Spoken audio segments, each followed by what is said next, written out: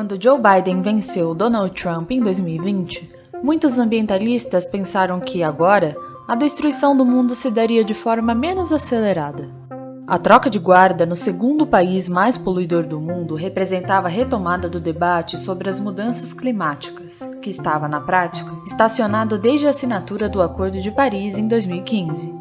Os próximos anos serão decisivos para limitar o aumento da temperatura em 1,5 graus Celsius até 2030. Mas as alterações climáticas já em curso não causam problemas aos Estados Unidos, da mesma forma que causam problemas a países da América Central ou do Sudeste Asiático. E nem precisamos ir tão longe. No Brasil e em vários outros países, elas não impactam brancos da mesma maneira que atingem os negros. A gente olha para as nossas populações e o quanto os nossos extremos climáticos, e aí as enchentes, as comunidades das favelas, por exemplo, quanto elas sofrem desproporcionalmente quando acontece um extremo climático do que na cidade. Todo esse debate ainda está em discussão aqui no Brasil. O debate que Andréa Coutinho Lubeck trava é sobre justiça climática, um conceito que vem sendo usado cada vez com mais frequência quando se quer debater mudanças climáticas e seus impactos na sociedade. O termo foi utilizado pela primeira vez em um documento de 1999, chamado de Greenhouse Gangsters vs. Climate Justice. Na ocasião, um grupo de ativistas denunciava 122 empresas, vindas principalmente da exploração de petróleo, que eram responsáveis pela emissão de mais de 80% do carbono na atmosfera. Mas André explica que no centro desse debate está a necessidade de aproximar diferentes grupos de suas realidades e de como elas podem ser transformadas pelas mudanças climáticas. Quando a gente fala em justiça climática, a gente precisa pensar nesse conceito como um conceito que olha para a justiça social.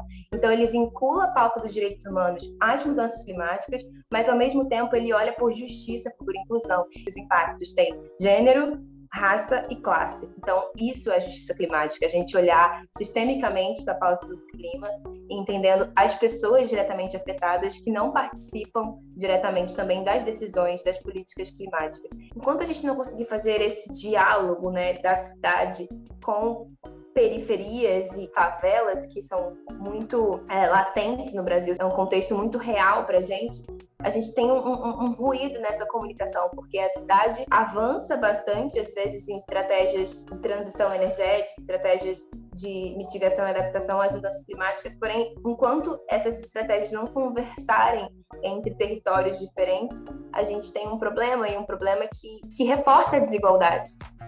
O tema não é visto como papo de ativista. A justiça climática já é tratada por líderes ao redor do mundo todo como o caminho mais promissor a ser seguido. No Brasil, a preocupação com a preservação da Amazônia está intimamente relacionada à sobrevivência dos povos indígenas, que são ameaçados pelo garimpo, pelas invasões de terra e pelo fogo. Manter a esperança e colocar em prática ações que visem dar sentido à urgência da pauta climática, na visão de Andréa Coutinho, é uma ambição possível e necessária no Brasil. E hoje a gente tem uma grande inspiração que vem com o governo Biden, que trouxe a justiça climática para o epicentro ali do seu plano de governo.